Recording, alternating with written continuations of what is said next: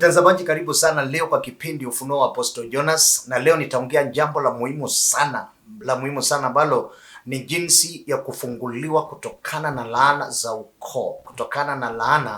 ukoo. Laana ni wakati shetani ameingiza mkono wake katika maisha ya binadamu, ama wakati ambapo shetani ameomba ruhusa na akaingilia maisha ya watu. Unakumbuka shetani aliomba ruhusa ndio aingilie maisha ya Ayubu. Aliomba ruhusa aingilie maisha ya Ayubu, na Ayubu alikuwa mcha Mungu. Sasa kuna wakati ambapo laana inakuja, na kwa maneno mengine huwa ninapenda kusema ni kiwango mtu anawekewa ili asiwahi kukifuka. Ama wakati mwingine tunaweza kusema laana ni mstari umecholewa kimaisha, mstari ukacholewa ili usiwahi pita huo mstari. Na leo ninaenda kuongea kuhusu jinsi ya kufunguliwa, ama jinsi unaweza kawekwa huru kutokana na laana ya ukoo katika maisha yako.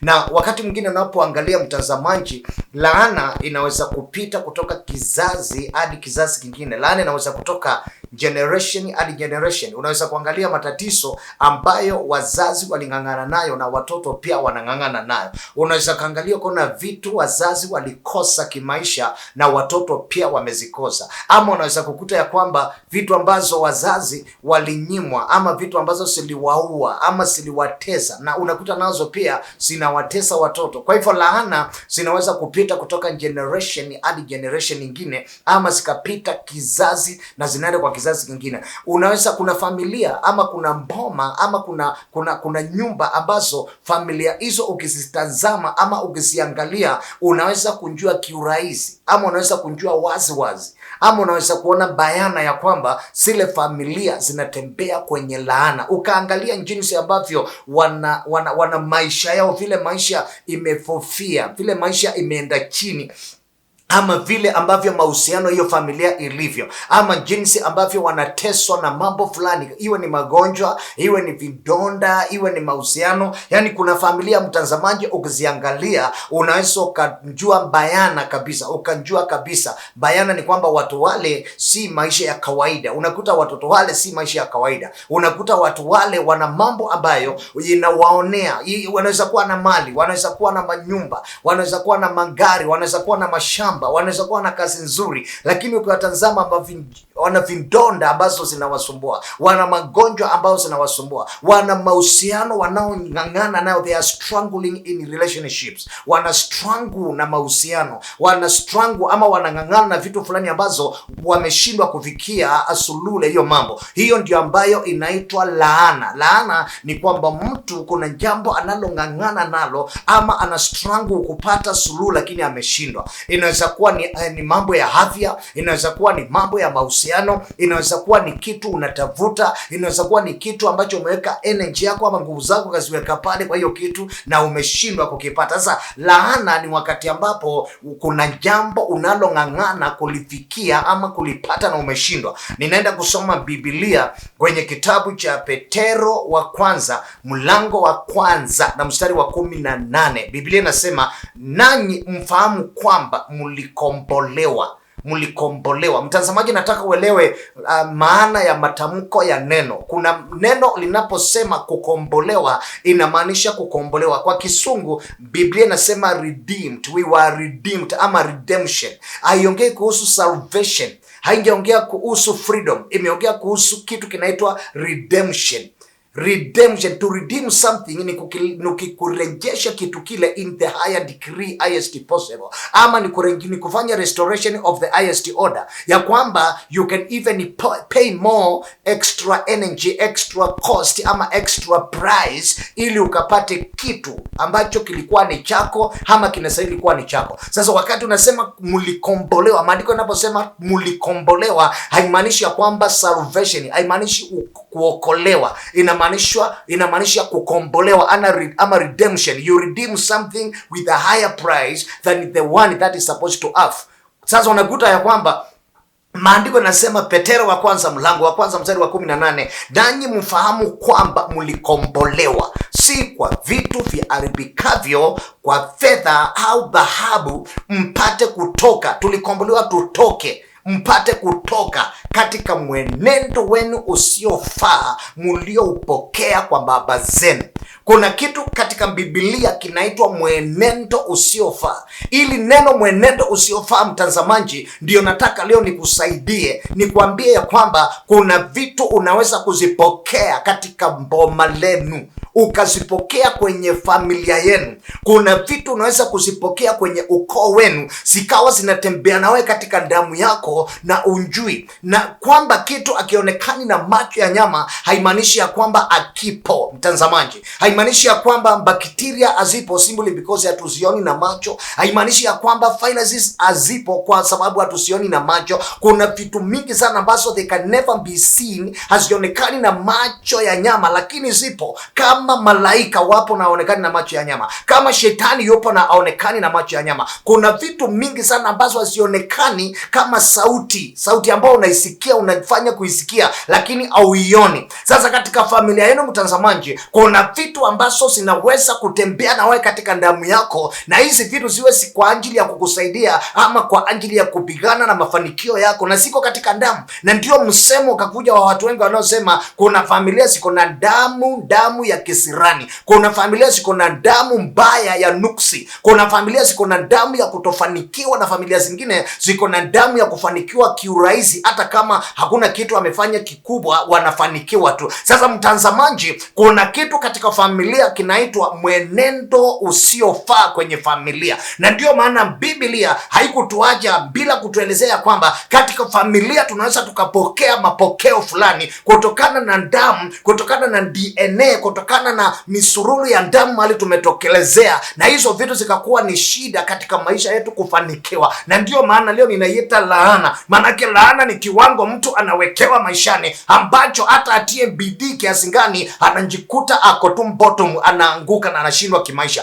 Hata anjaribu namna gani anashindwa. Na leo tunaenda kumaliza nguvu ya laana inayofanya kazi katika maisha yako, mtazamaji, because with God nothing shall be impossible. Kwa Mungu hakuna jambo lisilowezekana. Nimeona Mungu akiinua watu ambao kwa kawaida hawako wanafaa kuinuliwa. Nimeona watu Mungu akiwaponya kwa kawaida, walioandikiwa hawezi wakapona. Nimeona Mungu, mtazamaji, akifungua tumbo za watu ambao waliandikiwa scientifically hawezi wakapata mtoto, na Mungu akawafungua wakapata watoto. Na leo hii nataka nikwambie mtazamaji, kuna kiwango ambacho umewekewa maishani ambacho leo kitafunjwa na kuharibiwa katika jina la Yesu, ili ukapate kuinuka standard katika familia yenu, ukainuke standard fulani katika ukoo wenu na katika mboma yenu na katika village, ukainuke kiwango fulani cha heshima, kiwango cha kuogopa na kiwango cha baraka. Na Mungu atakusaidia. Hautakufa before your time, hautakufa before wakati ambapo Mungu alilocate ukufe. Hautakataliwa, manake Mungu atakuweka roho ya kupendwa na roho ya kuappreciatiwa na kusaidiwa. Mungu ataenda kukusaidia. Kuna kitu kinaitwa mwenendo usiofaa ambapo uliupokea kwa wazazi wako. Petero mlango wa kwanza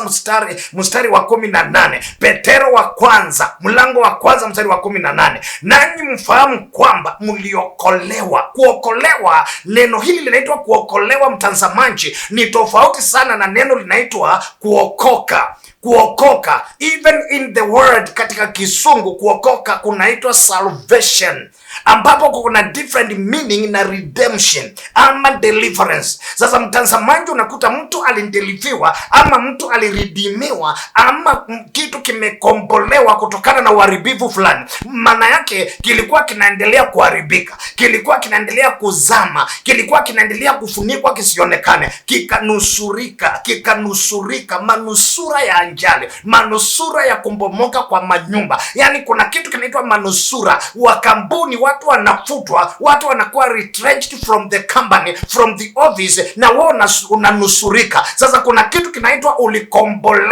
ulikombolewa mtazamaji, na kuna vitu maandiko yanasema mpate kutoka katika mwenendo wenu usiofaa mliopokea kwa wazazi wenu. Sasa ili neno mwenendo usiofaa maana yake ni character, tabia fulani ambayo uliipokea kwa familia yenu. tabia fulani ulioipokea kwa ukoo wenu. Na mtazamaji, katika mboma ya mtu unaweza ukakuta kuna watu walio na tabia tofauti tofauti. Kuna watu walio na tabia za chuki, ambacho akiishi wanachukiana. Baba anachukiana na baba na ndugu yake. Unakuta brother anachukiana na brother, baba mkubwa anachukiana na baba mdogo. Watu wamezaliwa kwa mboma wako na chuki, wamefarakiana. Yani hiyo ni mienendo walioipokea katika hiyo damu. Na leo ninataka mtazamaji nikusaidie. Nimeitwa na Mungu ili nikakusaidie, nabii wa Mungu anayesimama kwenye uwepo wa Mungu aliye hai. Nimeona kuna mboma inatawanyika. Nimeona kuna mboma ambapo watu hawasikizani. Nimeona kuna mboma watu wanapigana na kutusiana. Nimeona kuna mboma watu wananyang'anyana mashamba na maploti. Nimeona kuna kampuni ambao mnaifutania hata mmepelekana kotini, na nyinyi ni watu wa mboma moja. Magari mnapigania mpaka mmepelekana vikao na hata kwa koti. Mtazamaji, niko mahali hapa nikwambie, kuna mienendo ambayo haifai, ambayo maandiko yanasema ilipokelewa kwa wazazi, ama ilipokelewa kwa ukoo, ama ikapokelewa kwa familia fulani, na Mungu anataka kuweke huru katika jina la Yesu. Ninataka hivi nikusaidie, uchukue simu yako uniandikie SMS kwa hizi namba za simu unaziona, unitumie sadaka, unjiondoe katika hiyo mpangilio muovu uliopangiwa na wachawi, uliopangiwa na watumishi wa shetani. Maana hamkuwa hivyo, na sio mpango wa Mungu mchukiane, sio mpango wa Mungu msipendane. Katika ndoa sio mpango wa Mungu mchukiane, lakini ni mwenendo usiofaa. Ukiangalia kwenye mboma lenu, ukiangalia kwa familia, unakuta hata baba walichukiana hivyo, unakuta hata mama analipitia mambo ambayo wewe unayapitia. Ukiangalia katika mboma yenu, unakuta mnanyang'anywa mashamba, na imekuwa ni kama pattern fulani inayotokea. Sasa kuna tabia fulani ama kuna mienendo fulani mlioipokea pale. Wengine ni roho za ulevi, wanakunywa mpaka wanajisahau, wanalewa mpaka wanaibiwa, wanalewa mpaka wanakuwa wagonjwa, wanalewa mpaka ndoa zinafunjika, wanalewa mpaka watoto wanakosa kusoma. Mienendo isiyofaa mlioipokea, na ndio inaitwa laana ya ukoo, na Mungu anataka kutoa kwa hiyo laana katika jina la Yesu Kristo. Mzee, umelewa mpaka umesahau responsibility ya familia yako, umesahau majukumu ya familia, mpaka mama ndiye amechukua watoto anasomesha, mama ndiye amechukua shamba analinda, mama ndiye anachukua nyumba analinda. Mshahara wako mpaka mama aende andikishe apewe, manake ukiupewa utakunywa wote. Hiyo ni laana ya mboma, hiyo ni laana ya ukoo. Mtazamaji, hiyo ni laana ulioipokea. Biblia inasema ni mwenendo usiofaa kwenye familia yako, si kupenda kwako. Sio kwamba ulaumiwe, sio kwamba ufukuzwe, sio kwamba hata ufungwe jela ndio waje kulewa. Hata ukifungwa haiwezi katoka, maana iko chembe ya damu yako. Hata ukipewa case haitatoka, iko ndani ya msururu wa damu yako. Mtazamaji, yani ni mienendo mibaya ulioipokea. Operesheni haitasaidia, maanake magonjwa ulionayo ndio ambayo ilikuwa na wazazi. Ndio maana umeoperate kansa kwenye joho la kichwa, lakini bado limehamia mahali pengine. Ndio maana kansa imeondolewa kwa mdomo ikahama kwenye akili. Yani unakuta magonjwa haya si magonjwa ya scientific, ni demonic sickness inayohitaji mtu wa kiroho anayetambua na kuyanjua. Mungu ananiambia kuna mtu utapona kansa, kuna mtu utapona diabetes. Ukiangalia ni ya ukoo. Kuna mtu utaenda kupona kupandwa na kushuka kwa damu, maanake ukiangalia ni ya ukoo. Wewe ukiongea na watu wanakuambia eti ni vyakula unazokula. Sasa mimi nataka nikuambie Mungu jinsi alivyoumba mwili wa mwanadamu, aliumba kukiwa na kitu kinaitangwa excretion system, ama ukitaka metabolic system, ambayo kitu ambacho akihitajiki katika mwili wako kinachungwa na unakipeleka kwa choo. Lakini ni nini ambao watu wamefika wakasema kisukari ni sababu ya kula sukari, ama wakasema ni sababu ya vyakula? Ni demoni, ni pepo, ni roho ya giza. Na nataka Mungu akufungua akili zako mtazamaji, ukaelewa ya kwamba kuna mienendo isiyofaa ambayo uliipokea kutoka kwa ukoo wako, ulipokea kutoka kwa ukoo wenu, familia yenu, area yenu. Unakuta watu hawasomi wafanikiwe, ni kitu kiko pale na ni kitu kinafaa wewe useparitiwe, wewe utenganishwe, wewe uokolewe, wewe ukombolewe, wewe kuwe redeemed, utolewe pale. Na mimi mtumishi wa Bwana nitakusaidia. Mambo inawezekana kwa mtu anayeweza kuamini, mtazamaji, na ndio Mungu ajue unaamini kwamba Mungu anajua nataka kukombolewa. Mtazamaji, chukua sadaka yako ya kiwango chochote, uitume kwa hii namba iko hapo kwa TV yako. Hiyo namba imeandikwa SMS. Chukua sadaka uitume pale, na uniandikie SMS kwa hizi namba unaziona. Nikiziona nitakusaidia mtazamaji, katika jina la Bwana Yesu Kristo wa Nazareti. Mtazamaji, ni mienendo isiyofaa. Kuna familia zingine ni wizi, ukoo wengine ni wizi, wengine wamefungwa na roho ya wizi, yani hawawezi wakaaminika na chochote. Uwezi ukamweka akutunzie kitu, uwezi ukamuonyesha wapi umeweka vitu zako, maanake ni familia iko na roho ya wizi. Hata umshike umpige, hata ushike umfunge na umweke kiwango kikubwa cha hukumu, bado ataiba, maanake kiko ndani ya damu. Ni mienendo isiyofaa walioipokea, ndugu mtazamaji, walioipokea. Na unaponitazama kwa TV, nimetumwa na Bwana nikusaidie. Wengine ni ukahaba, unakuta ukahaba umetawala, unakuta hakuna mtoto anayeweza kuolewa bila mtoto kumzalia pale. Na wengine unakuta ni ukahaba unafanya wasikae katika ndoa zao. Unakuta mwingine mtazamaji ni vifungo, unakuta ni vifo vya mapema. Watu wengine wanakufa hata wajafika 40 years, wengine wakikaribia 50 wanakufa. Kitu kinatokea tu, wanakufa bila kunjua ni kwa nini. Family zingine zina kitu kinaitwa umasikini endelevu. Umaskini ulianza kwa mbabu, wakawa ndio walikuwa kiwango cha chini, mpaka hata leo wako kiwango cha chini cha umaskini. Ukisoma maandiko kwenye kitabu cha Uamuzi mlango wa 6 na mstari wa 25, unamkuta Gideoni akiambiwa na Bwana akaangushe madhabahu kwa kutoa sadaka, aangushe madhabahu ya umasikini uliomo kwao kwa kutoa sadaka, na akaambiwa na Mungu prescription vile ambavyo atafanya. Mungu akamwambia chukua ng'ombe wawili, mmoja ataangusha madhabahu ya umasikini na mwingine atajenga madhabahu ya Mungu, ili mkainuke na muingie katika kiwango ambacho Mungu alitaka muwe. Ili ukainuliwe mtazamaji, Mungu ana mpango wa kukutenganisha na laana ya ukoo katika mboma yenu, laana ya ukoo katika familia yenu. Mungu anapotaka kumuinua mtu huwa anamtenganisha, lakini unakuta kuna familia ambazo ziko na shida ya laana ya ukoo, mienendo isiyofaa ambayo waliipokelea. Yani si kupenda kwako.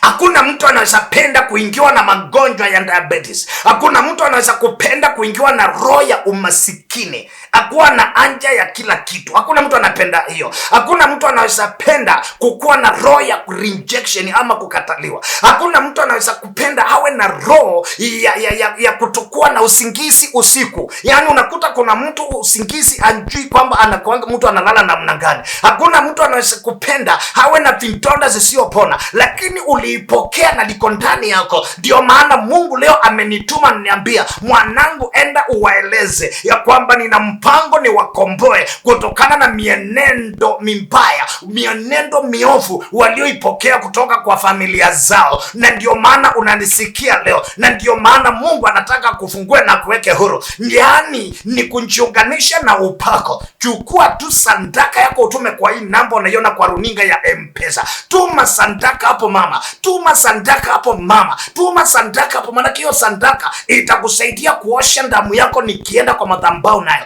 itakusaidia milango yako ifunguke kabisa, milango ifunguke. Itakusaidia tumbo lako lifunguke upate watoto, itakusaidia maisha yako yainuke katika jina la Yesu. Yani unakuta mienendo isiyofaa inaweza patikana katika familia ya watu mtazamaji. Unamkuta mama alikuwa kahaba na mtoto na yeye ni kahaba. Unakuta baba alikuwa masikini naye mtoto pia ana umasikini. Ni asili aliyozaliwa nayo, alizaliwa nayo na iko ndani ya damu. Na ndio Mungu akukomboe, lazima ujiunganishe na madhabahu ya Mungu. Mungu hawezi tu kukuja mahali ulipo. Mungu anataka wewe mwenyewe uende ujiunganishe na sadaka ya imani kubwa. yani sadaka ya imani. Mimi napenda wewe, manake naona roho wa Mungu anakuongelesha na Mungu anakuambia tuma hiyo sadaka ili nikufungue, na wewe unasikia kwamba Mungu anakuambia niunganishe na madhabahu. Chukua hiyo sadaka sasa, tuma kwa hii namba unaiona, tuma hiyo sadaka hapo, na ukituma mtazamaji, nitaona majina yako na nitakusaidia. Kuna asili ambayo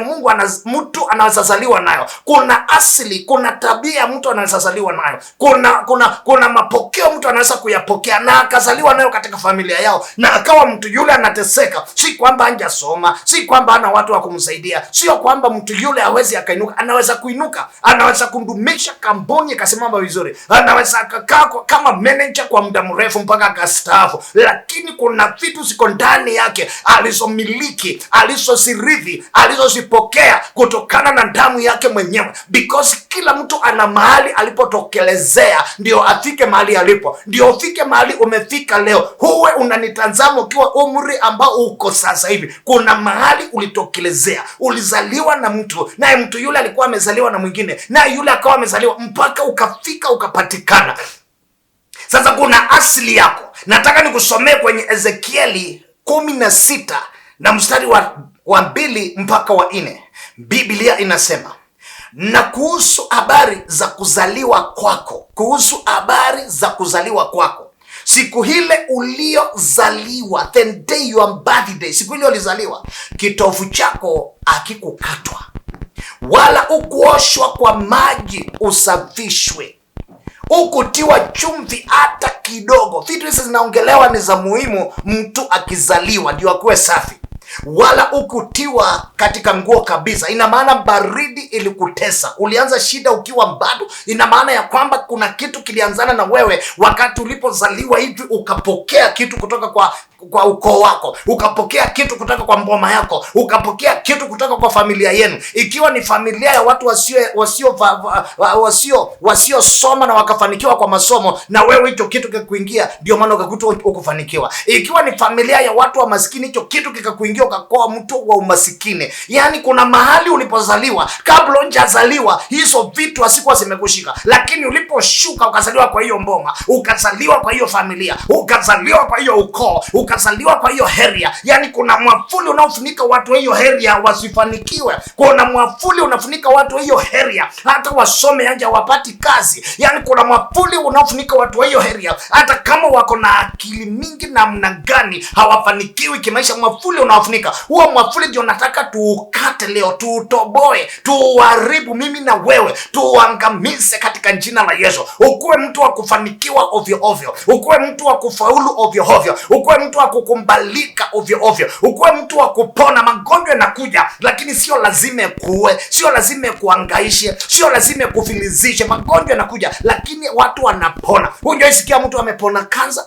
hujaisikia mtu amepona epileptis, hujaisikia mtu amepona kifafa, wanapona. Kuna mtu alikuwa na vamijindonda na akapona. Kuna mtu alikuwa maskini sana na ametajirika mpaka muanza kumuita majina. Unaanza kusema kuna kitu alifanya. Hapana, ni kufunjiwa laana ya ukoo, ni kuondolewa kwa hiyo mfumo wa watu ambao ni wa ukoo wa kutofanikiwa. Kile ambacho kinakula watu wa hiyo area kinaacha kukukula, kile ambacho kinawaangusha kinaacha kukuangusha, kile ambacho kinawatia aibu kinaondoka, kinaacha kukutia. Yani unachomoka, unatoka kama mti uliopandwa kando ya mito iliyo na maji. Lolote unafanya linafaulu, lolote unafanya linapendeza, lolote unafanya unakuwa appreciated. Na ndio maana leo ninataka uondolewe mahali pale katika jina la Yesu, uanze kufaulu na kufanikiwa.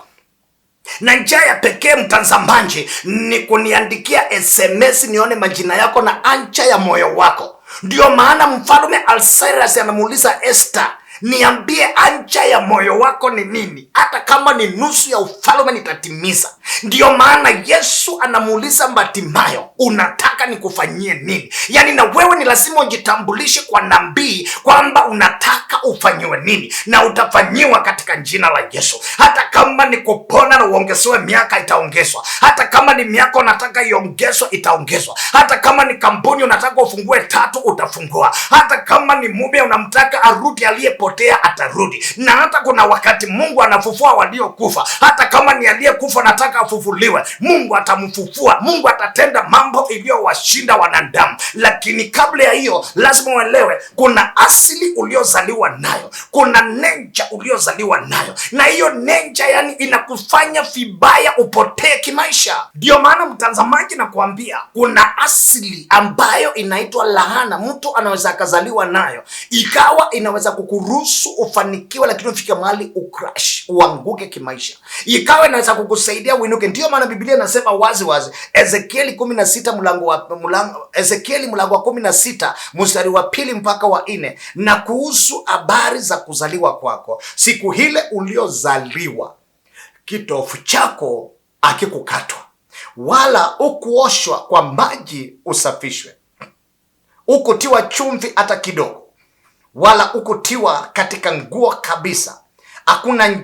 Hakuna njicho lililokuhurumia. Kuna mtu anazaliwa kwa familia ambazo huwezi ukahurumiwa hata upitie nini, ukuhurumiwa ili kukutendea lolote la mambo hayo kwa kukuhurumia, lakini ulitupwa nje uwandani, ulitupwa nje, kule nje kwenye kiwanja, kwenye baridi, kwenye mateso, kwenye kuonewa. Laana inakufanya unaonewa, inakufanya unatupwa uwandani, mahali hakuna binadamu, mahali ambapo ukilia unalia peke yako, mahali ambapo unapitia mateso unapitia peke yako, mahali ambapo unakula peke yako, umeachwa. Yani laana inasema kwamba alitupwa uwandani mtu huyu kwa kuwa nafsi yako ilichukiwa katika siku ile uliozaliwa. Sasa mtazamaji, kuna wakati unapozaliwa mtazamaji, kuna mambo ambayo inaharibika maishani mwa mtu. Unazaliwa kwa familia ambayo watu wafanikiwa, lakini unaweza ukapona, unaweza ukatoka kwa hiyo hali, unaweza milango yako ikafunguka, na kile ndugu zako hakufanya unaweza ukakifanya mtazamaji. Na kuambia unaweza nunua ngari hata kama kwenu hakuna. Na kuambia unaweza weka makampuni nje ya nchi hii tuliomo, ukaweka kampuni kule ng'ambo wakati ambapo hakuna mmoja wenu aliweka. Unaweza ukapata cheo ambacho hakuna mwingine alikipata pale. Manake Mungu anapokuondoa kwa laana ya ukoo, Mungu anapokuondoa kwa laana ya familia, Mungu anapokuondoa kwa laana ya mboma, ina maana mstari unaozuia wengine, wewe kwako au kuzuii. Ina maana kinachofinyilia watu kinaacha kukufinyilia. Ina maana kinachofanya watu waonewe, wewe akiko karibu na wewe. Mtazamaji, Mungu atakusaidia. Ninataka uchukue simu yako uniandikie SMS na mimi nitakusaidia. Siwezi nikaongea mambo haya bila kujua jinsi ya kukusaidia. Nitakusaidia utoke kwenye laana ya ukoo. Yani kile ambacho wazazi wako kifanya utakifanya. Ukuwe na maploti ambayo iko sawa, ukuwe na nyumba yako usiosumbuliwa na majini na mashetani katika hiyo nyumba. Unaweza ukainuliwa. Sasa unaposoma Biblia kwenye Yohana mlango wa 1 na mstari wa 46, Bible inasema, Nathanieli akamwambia, laweza neno njema kutoka Nazareti? Laweza neno njema kutoka Nazareti?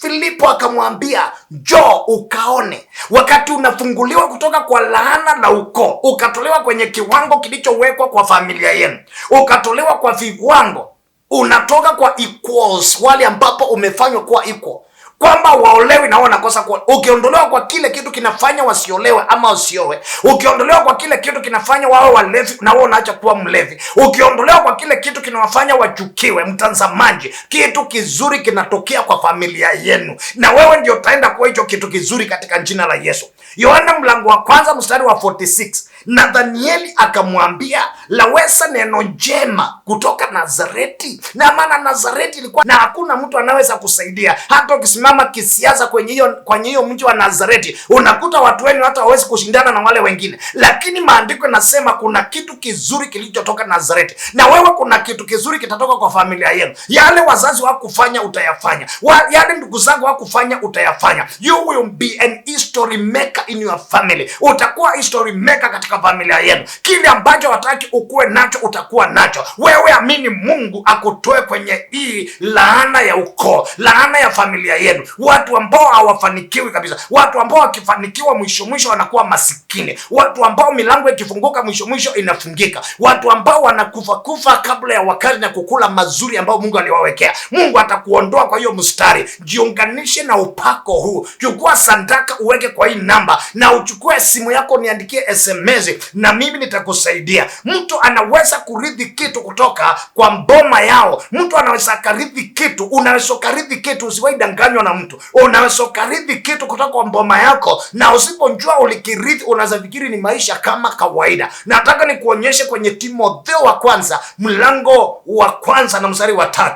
Bible inasema, nikikumbuka imani ulio nayo isiyo na unafiki, ambayo ilikaa kwanza katika bibi yako Lois na katika mama yako Eunike, nami nasadiki wewe na unayo hiyo imani, ama nami nasadiki wewe nawe uko nayo hiyo imani.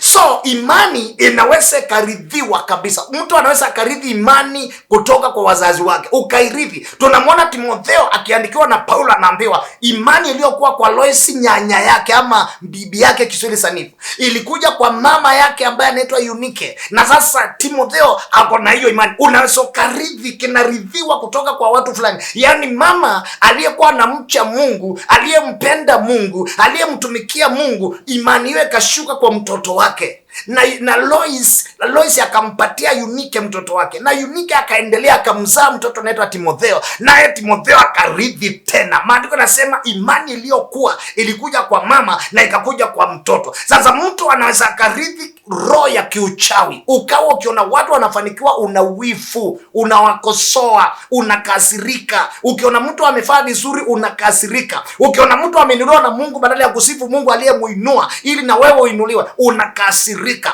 una wifu. Yani unakuta ni roho ya kichawi iliyotokana na damu yako. Hata ukiokoka kidogo, hiyo roho inakuja kukuchukua. Mtu anaweza rithi ulevi, au ameokoka, au anampenda Mungu, lakini roho ya ulevi inamshukia na mfunga, maana ni kitu kiko kwa damu. Mtu mwingine anaweza kuwa ana akili mingi, lakini zile akili zinatumika vibaya. Yani sikiza mtazamaji, yani laana ya uchawi inamwingia mtu, maana ilikuwa kwa mtu. Elewa hivi mtazamaji, kuna baraka zinaweza kuendelea kutoka familia hadi familia. Baraka zinaendelea, na huwa kuna watu tunawaona, tunasema baba yake alikuwa mfanyabiashara mkubwa, hiyo roho ikamwingia mtoto wake, na hiyo roho imeanza kuingia mtoto wake. Yani unakuta kuna vitu zinaweza kurithiwa na zinafuatana. Na hivyo hivyo mtazamaji, kuna laana inayoweza kubebana ndani ya familia. Kuna laana ambazo mtazamaji, haijalishi umesoma ukafika wapi, haijalishi uko na makampuni mangapi, hauna raha. Haijalishi unakaa kwako lakini hauna raha. Haijalishi una mapesa mengi lakini hauna raha. Haijalishi umeoa ama kuolewa lakini hauna raha. Haijalishi uko na afya ya nguvu uko nayo ya mwili lakini hauna raha. Sasa kuna kitu kinaiba raha, kuna kitu kinaiba furaha, kuna kitu kinaiba vitu ambazo Mungu aliweka kwako, na hiyo ndio inaitwa laana katika familia. Mungu anapoanza kumbariki mtu, huwa kitu cha kwanza anachokifanya ni kutenganisha mtu yule na laana ya ukoo. Mungu anakutenganisha na laana ya ukoo. Mungu anakutenganisha na kiwango hiyo familia yenu ilichowekewa. Wewe unatoka nje ya hiyo kiwango. Mungu anakutenganisha na kinachofinyilia hiyo familia. Wewe unawekwa nje. Mungu anakuondolea hiyo kitu. Nilisema hivi nikianza, sio lazima kitu kiwe kinaonekana ama kinaguzika ndio useme kipo. There are so many things ambazo hasionekani lakini sipo. Mapepo yapo, demons they are there, lakini hasionekani wala usiwezi ukachora. You can never tell me because huwezi kumuona Mungu na macho ati Mungu hayupo. Huwezi kuniambia because you cannot see devil, huwezi kuona shetani na macho unaniambia hayupo. Kuna so many things hasionekani lakini siko real na zinafuatana na mtu. Laana inaweza kuwa real na wewe uko njui ni kitu gani kiliileta, lakini ukue kabisa kabisa kuna kitu ambapo unatia bidii lakini kinakuondolea bidii. Kuna kitu ambacho milango inafunguka lakini kinafunga hiyo milango. Kuna kitu ambacho ukiahidiwa baraka kinakuja kinaiba hiyo promise. Yaani ni kuambia mtazamaji, unahitaji utenganishwe. Kila mara Mungu wa mbinguni, Mwenyezi Mungu anapotaka kumbariki mtu, anamtenganisha na laana za ukoo. Na leo ninaomba Mungu akutenganishe nazo. Mungu akuondolee. Ninataka ninapoendelea kuongea niandikie SMS, nitaisoma nikiwa hapa studio baadaye. Na utume sadaka, nitasoma hapa kwa hii namba. Nitasoma hiyo sadaka na jina yako baadaye mtazamaji. Mungu anapoanza kumbariki mtu, the first step, hatua ya kwanza ni kukutenganisha na level ya familia, na level ya mabrothers, na level ya masisters, na level ya parents. Anakutenganisha na hiyo kiwango, unatolewa. Kitu cha muhimu kuomba zaidi ni kwamba God, nitenganishe na level ya kiwango tuliowekewa kwa boma yetu. Nitenganishe na hiyo kiwango, ndicho kinaitwa laana. Kiwango cha watu wanaanza mabiashara zinaporomoka. Kiwango cha watu wanaolewa wanarudishwa kwao na watoto, na wengine wanaacha wake zao wanapotelea minjini. Yaani unakuta mtazamaji, kuna kitu ambacho kiko pale kisingiti kinachozuilia wewe, utatenganishwa nacho. Wewe utatenganishwa nacho. Mungu anapoanza kumbariki mtu anamtenganisha kwanza, anamtenganisha. Nataka tuende kwenye kitabu cha Mwanzo mlango wa 12 na mstari wa 1 mpaka wa 2. Bible inasema, Bwana akamwambia Abraham, toka wewe katika nchi yako, toka wewe Abraham katika nchi yako na jamaa zako na nyumba ya baba yako, toka uende mpaka nchi nitakayo kuonyesha, nami nitakufanya wewe kuwa taifa kubwa kubwa, nitakufanya kuwa taifa kubwa na kukubariki na kulikuza jina lako, nawe uwe mbaraka. Mungu anapotaka kumbariki mtu anamtenganisha na laana za ukoo wao, anamtenganisha na laana za village yao, anamtenganisha na laana na kiwango kilichowekewa hiyo mboma, anakutenganisha kwanza, anakurimakanda ni makula na kutoa kwa hicho kiwango. Maana ukibarikiwa ukiwa kwa hiyo kiwango, mbato utavinyiliwa chini. Ukiinuliwa ukiwa kwa hiyo laana, mbato laana itaiba hizo baraka. Ukiolewa mbato ukiwa kwa hiyo laana ya ndoa kuvunjika, yako itafunjika bado. Ukizaa watoto ukiwa mbato kwa hiyo laana ya watoto kuharibika, wako pia wanaharibika. Na ndio maana Mungu anamwambia Abraham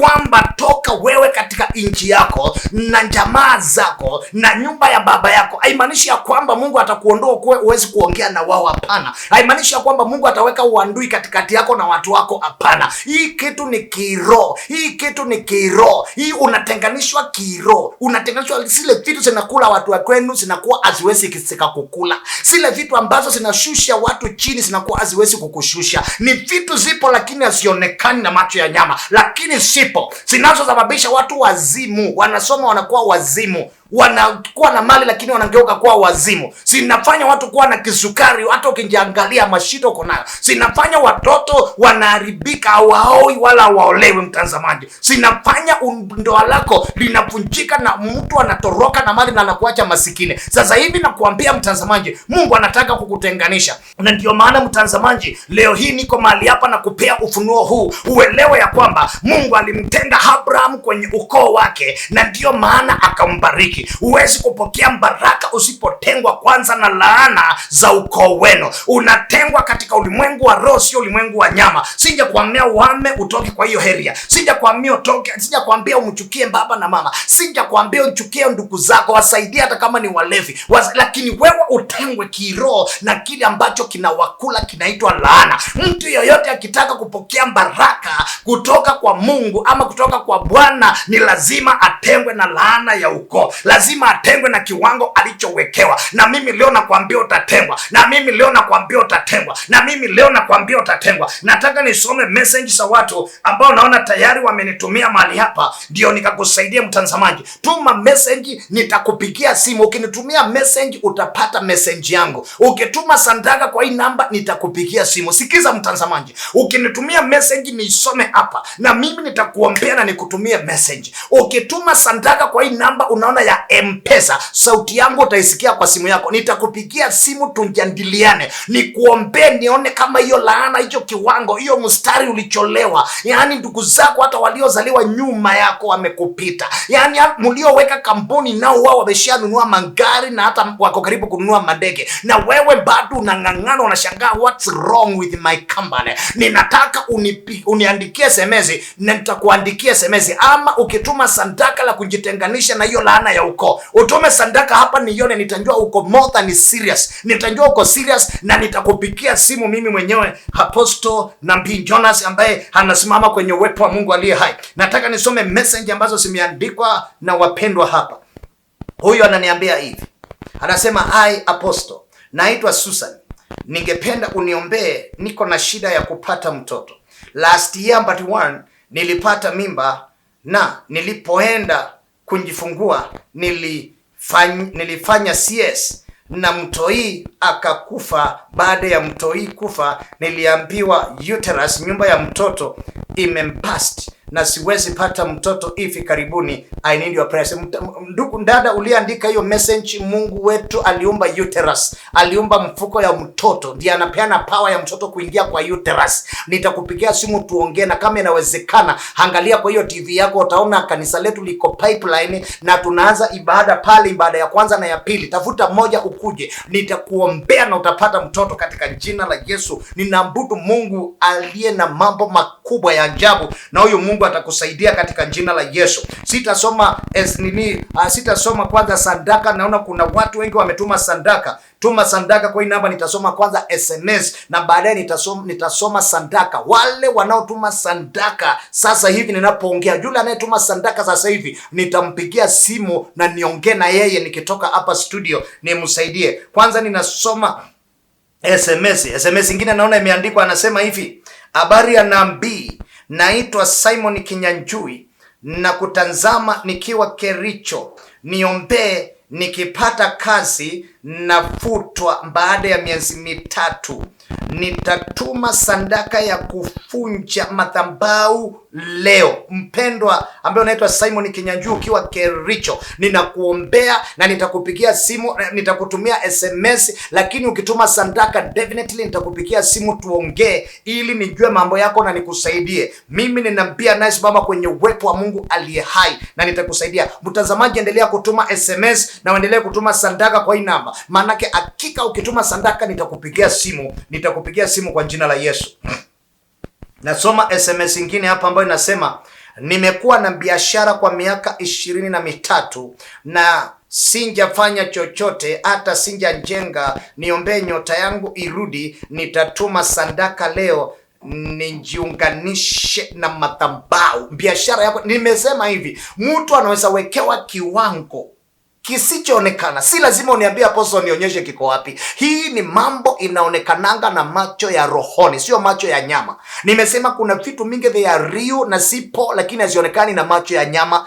Kwanza ni hiyo sauti yangu unaisikia tu, lakini huwezi kuniambia ni kalangani sauti yangu. Pili ni bakteria. Tatu ni viruses. 4 ni Mungu, na 5 ni malaika na shetani pia wako pale, like, tunajua wapo, lakini huwezi kuniambia wapo because you waoni. Sasa kuna kiwango mtu anaweza wekewa cha mahusiano, ukuwa unahusiana na mtu kiwango fulani, mkifika mahali fulani mnakosana. Ukuwe mtu wa kufanya business contract, lakini wewe unakuta umetupwa nje na wengine wakakuwa. Ukuwe ni mtu wa kuchora contract, kandarasi, lakini ukisichora mambo yako yanaharibika. Mtazamaji, nataka nikuambie hivi, Mungu atakusaidia wewe ulioandiko kasema umefanya biashara for 23 years na hakuna kitu umefanya. Sasa utafanya, maana hii SMS inasomwa na nabii anayesimama kwenye uwepo wa Mungu, na nimeona mambo mengi Mungu akiyafanya na wewe atakutendea. Nataka nisome SMS nyingine.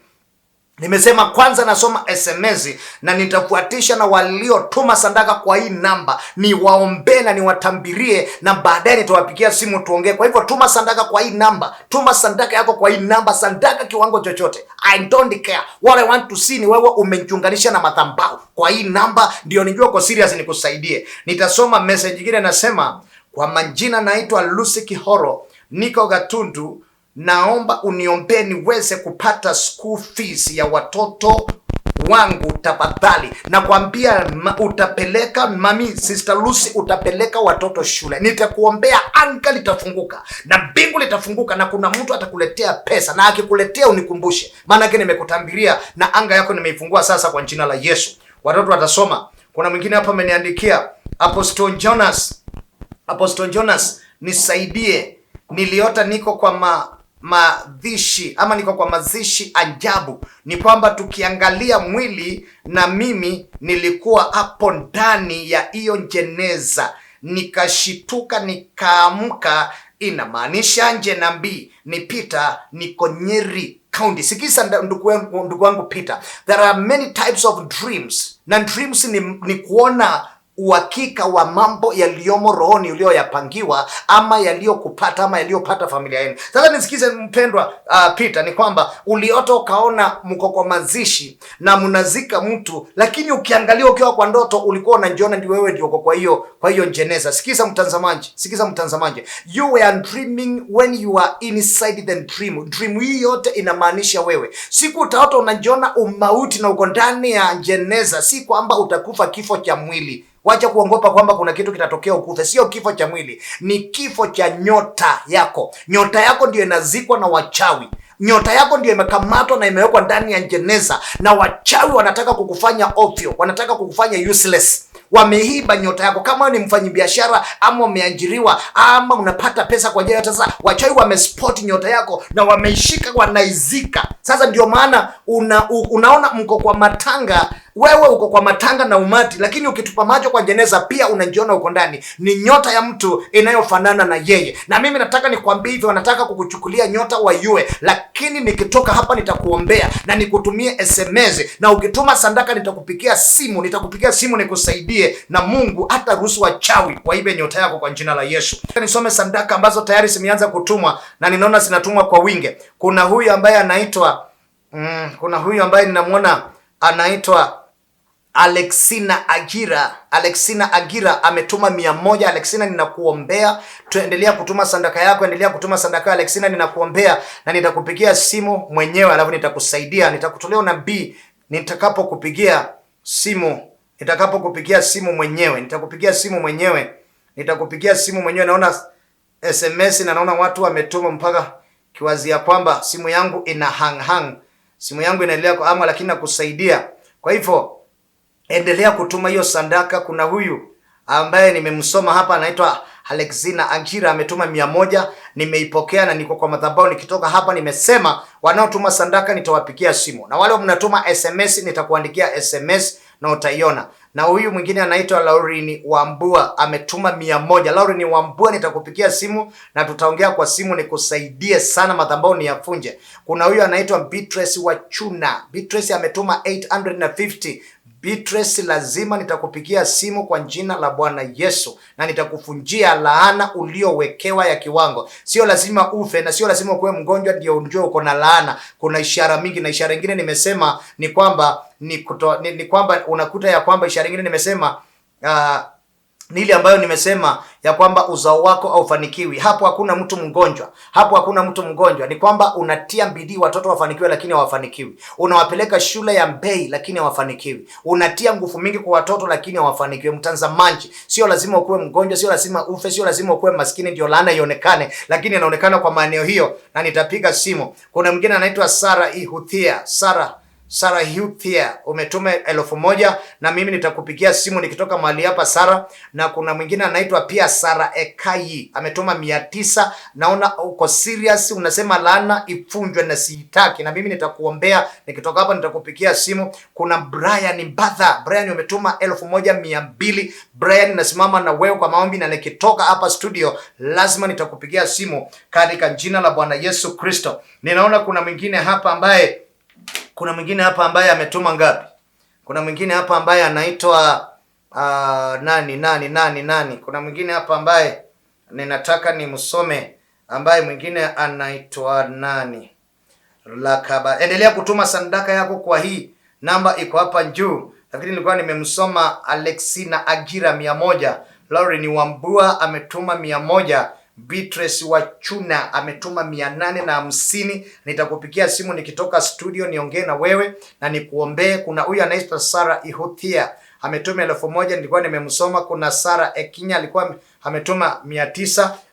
Nikitoka studio nitakupigia simu, manake lazima laana ifunjwe na lazima mtu ambaye unasimama na kipindi hiki katika unabii na katika kusimamia kipindi, lazima utaona mkono wa Mungu aliye hai. Kuna Brian Badha ulikuwa umetuma 1200. Brian, na kuombea. Kuna Ndolika Moraga umetuma 700. Ninasimama na wewe katika maombi. Kuna Sara Mokoha umetuma 200. Dada yangu, nitakupigia simu nikitoka hapa nikusaidie. Kuna Jennifer Jennifer Chambi umetuma 300. Jennifer, ninasimama nawe katika maombi. Huwezi ukajenga ufalme wa Mungu na maisha yako yakambaki vile yalivyo, ni ngumu. Mungu jambo la kwanza usimama na wanaojenga ufalme wake duniani. Ukijenga ufalme wa Mungu duniani, ukatuma sadaka ya madhabahu ndio Mungu akufanyie jambo, madhabahu inaanza kutoa moshi ya kusema ufanikiwe. Na mimi ninaenda kuomba ndio madhabahu ikusaidie.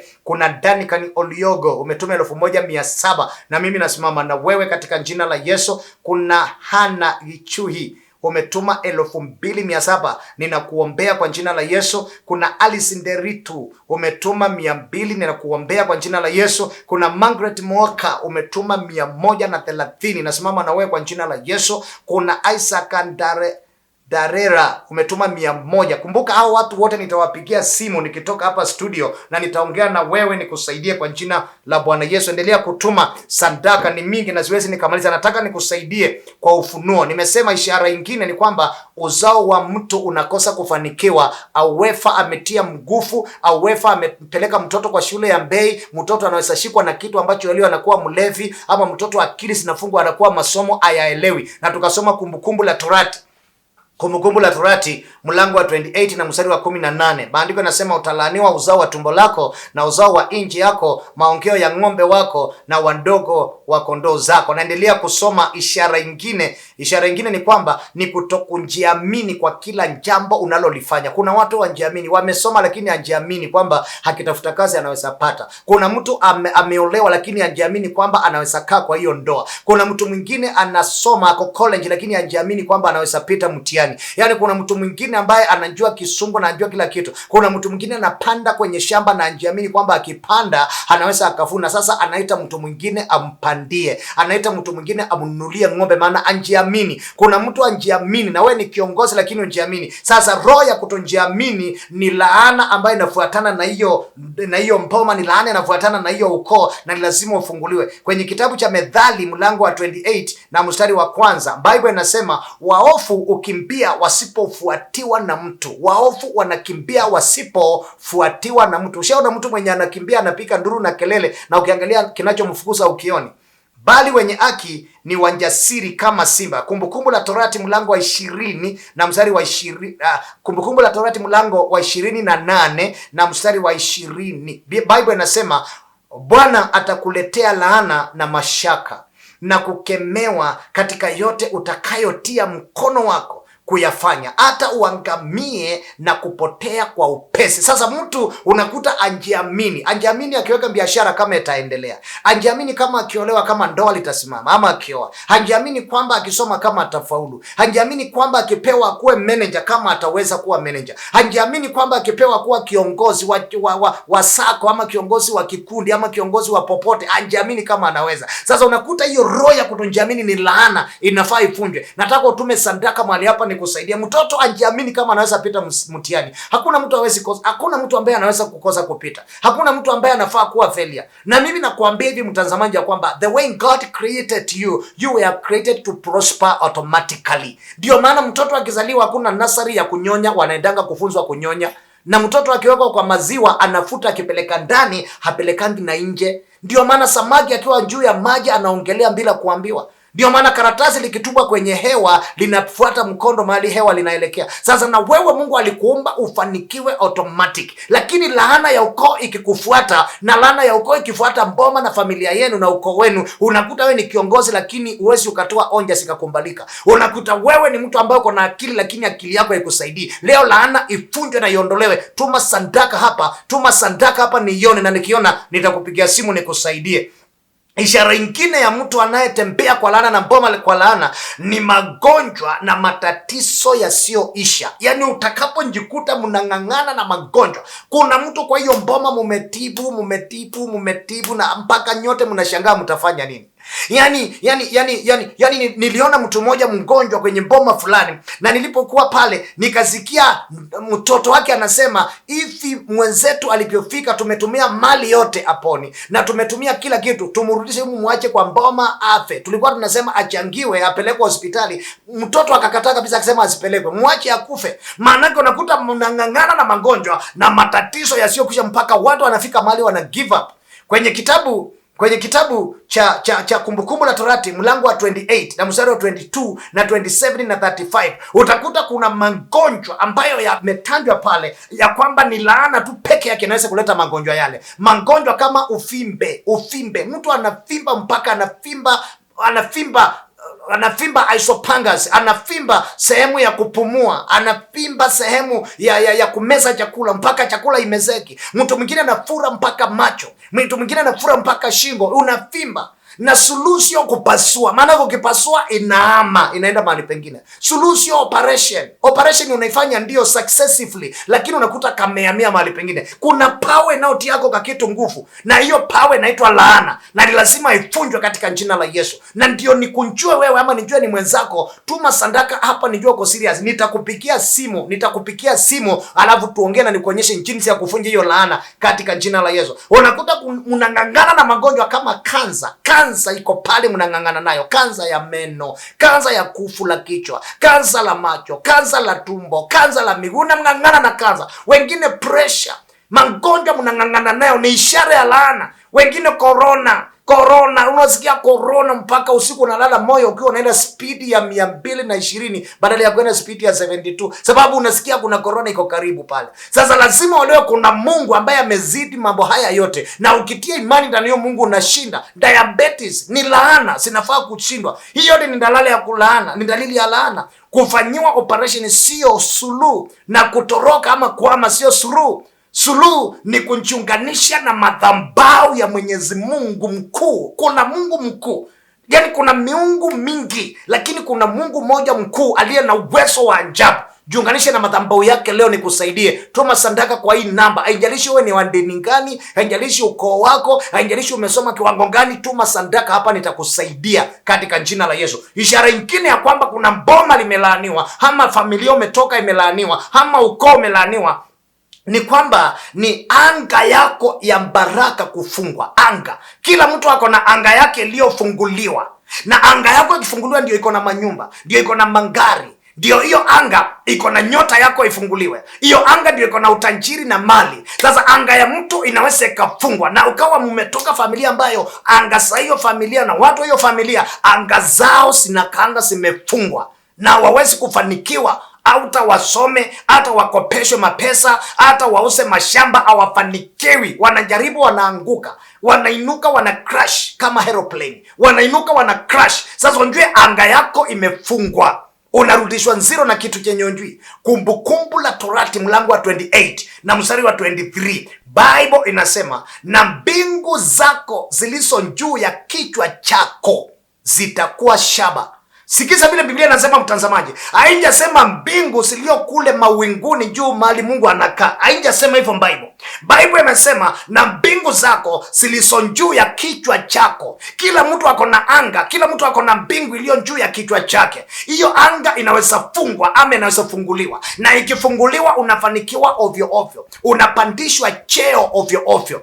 Kampuni inasonga mbele, shamba linatoa mazao, ng'ombe wanazaa vizuri ikifunguliwa hiyo anga. Lakini hiyo anga inawezekawa imefungwa, na ni ishara ya laana kwamba anga yako, anga ya baraka zako inaweza kuwa imefungwa. Ninataka nikufungulie anga, na unisikize kwa makini mtazamaji. Unaweza soma, unaweza kuwa eneo watu wanabarikiwa, unaweza kuwa eneo watu wanapokea miujiza, watu unawaona wanatoa maushuhuda ya kwamba wamepata miujiza, lakini wewe umbaki mbila. Kwa sababu gani? Anga yako imefungwa. Ukiangalia brother zako pia imefungwa, ukiangalia ango pia imefungwa, ukiangalia brothers na sisters na aunti pia imefungwa, na mahali umetoka hakuna mtu anafanikiwa, maana umetoka mahali anga ya baraka imefungwa. Leo nataka nikufungulie anga yako ya baraka katika jina la Bwana Yesu. Nataka nisome SMS. Nisiposoma SMS yako hapa, nitaisoma baadaye na nitakupigia simu na nitakuandikia SMS kwa jina la Yesu.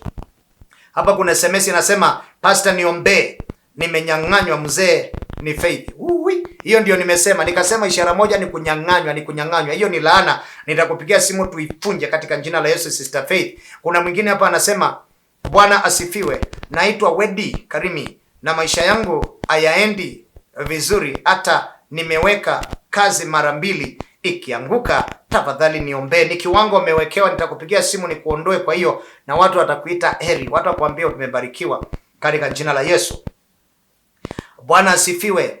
mtumishi, ninaomba uniombee nyumba yangu iwe na amani, bwanangu aache usharati. Nitakuombea sana na Mungu atamsaidia katika jina la Yesu Kristo. Mwingine anasema anaitwa Jackson kutoka Nyeri County. Mke wangu anjapata mtoto kwa miaka 7. Tunashambuliwa na magonjwa, tafadhali. Tunashambuliwa na magonjwa tofauti. Hajapata mtoto, wanashambuliwa na magonjwa tofauti. Tunaota ndoto mbaya. Kanisa yetu haiendelei vizuri. Washirika wanatuondokea na hawatoi sapoti kwa kanisa. Tafadhali tuombe. Sasa huyu vile ameongea ni mtumishi wa Mungu, ni mchungaji. Jambo la kwanza amenyima watoto. Jambo la pili wanashambuliwa na magonjwa tofauti. Na jambo la tatu wanaota ndoto mbaya. Alafu la 4 adui ameingia mpaka kwa kanisa, anawafukuza washirika na washirika pia hawamsupport. Mchungaji, nitakupigia simu ndugu yangu. Hata nitakupigia simu na kanisa lako Mungu atarirejesha. Kuna siri na wachawi wanashambulia kanisa sana, kwa sababu mambo tunayoyaongea na mambo ambayo ninakuambia hapa, hakuna mchawi anayenipenda because namfunua nguo mbele yako ndio unjue maisha yako. Unaweza logwa na kuwekwa laana ya kichawi. Sasa akinjua hivyo naye ananichukia, lakini wachawi ni nyoka tuliokanyanga chini ya miguu yetu. Mchungaji, nitakupigia simu na nitakuambia mambo mengi na utafaulu kwa jina la Yesu. Kuna mwingine anaandika hapa anasema, mtumishi wa Mungu nikumbuke pia mimi kwa maombi. Niko na shida kubwa sana. Nitakupigia simu hiyo shida uniambie tukiwa privately kwa simu. Nikikupigia simu nao niambie, alafu nitakuombea kwa jina la Yesu nikitoka studio. Kuna mwingine anasema hapa studio na nitakuombea kwa jina la Yesu. Nisome SMS mingi. SMS ni mingi, endelea kutuma SMS, endelea kutuma na sadaka hapa, nitakupigia simu. Nimesema wale mnatuma sadaka nitakupigia simu nikitoka studio na nitakusaidia. Na wale wanaandika SMS nitakuandikia SMS na nitakupigia simu, halafu tuongee nijue mambo yako kwa jina la Yesu. Kuna mwingine anasema hivi, ninashinda nikitembea nasikia mtu akiniita lakini simuoni. Sasa huyu amejengewa madhabahu ya laana na anaitwa Msukule. Nitakupigia simu na tuongee nikusaidie uache kutembelea madhabahu yale ya kichawi ya kuisha nguvu. Mwingine anasema, Bwana asifiwe. Ni Elizabeth na plan kununua shamba, lakini nikipata pesa azinisaidii, na mzee wangu ametumiwa roho ya pombe, akipata promotion inapotea hivyo tu. Nitakuombea. Hiyo ni laana ambayo inamfuata mume wako, na pesa yako pia iko na njini fulani ambayo inachukua pesa yako, na nitakuambia ni njini gani nikitoka hapa, alafu nitakusaidia tulifukuse, na Bwana akupe neema ya kununua shamba na mume wako arudi. Na endelea kusoma SMS, endelea kutuma SMS, na endelea kusoma SMS. Tuma SMS kwa hizi namba na utume sadaka pia ya kunyunganisha na upako kwa hii namba nikusaidie. Naongea kuhusu jinsi ya kuepuka ama kutoka ama kuondolewa laana za familia ama ukoo ama laana za mboma yenu, na utaondoka pale na utafanikiwa. Kuna SMS nyingine nasema, Bwana asifiwe mtumishi wa Mungu. Naomba maombi yako kwa ajili ya maisha yangu. Nimetuma sadaka Lorini Dhenya. Thank you Lorini mwetu wa mwetu, nitakuombea kwa jina la Yesu. Nitakupigia simu nikusaidie kwa jina la Yesu. Nisome SMS nyingine alafu nikuombee. Endelea kutuma SMS na utume sadaka. Nisipoisoma hapa SMS yako nitaisoma baadaye, na nisiposoma sadaka yako uliyoituma nitaisoma. Na nimesema wale wanaotuma sadaka, nikiona sadaka hakika nitakupigia simu na nitaongea, maana nitajua uko serious. Ukituma sadaka kwa hiyo namba nitakusaidia. Kuna nyingine anasema, naitwa Chalo Ukwale, nafanya biashara huku Nyeri.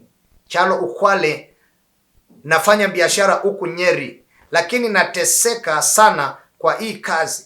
Nimeifanya kwa miaka 23 na sijawahi fanikiwa. Ni kiwango umewekewa ndugu yangu Chalo Ukwale, na nitakuombea na utafanikiwa. Nataka hivi mtazamaji, nataka nikuombee, nataka niombe na nifungue anga yako, na nimekuambia ishara za mtu aliyelogwa, lakini Mungu ataenda kukuondolea. Sijakwambia ishara zile ujichukie, sijakwambia ishara zile uogope, sijakwambia ishara zile uanze kufunga TV. Nimekuambia ishara zile manake kwa wakati mwingine watu watakwambia ni maisha tu na itakuwa mazuri, lakini kitu kilio ndani ya damu kinafaa kiondolewe katika jina la Yesu. Na ndio maana nimekuambia Yesu alikuja kuharibu na kusifunja kazi zote za yule mwovu, na anafunja kupitia watumishi wake kina Apostle na Bin Jonas anayekuhubiria sasa, na kuna wengine wengi Mungu anawatumia. Lakini nataka nikwambie mtu aliye na ufunuo ndiye ambaye ako na suluhu la maisha yako. Ndio maana nakwambia tuma SMS kwa hizi namba na utume sadaka kwa hii namba, nikusaidie. Nikiona majina yako nitakusaidia. Nataka niombe. Baba Mungu wa Israeli, katika jina kuu la Bwana Yesu, na kushukuru kwa ufunuo wa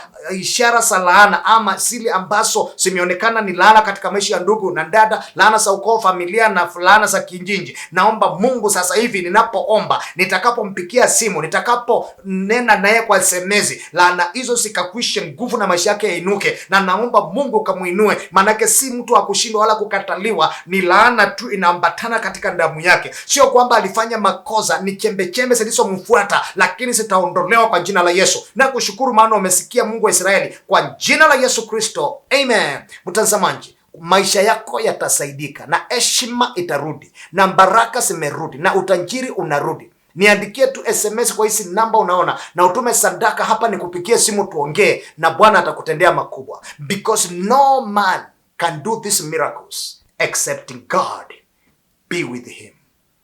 Shalom.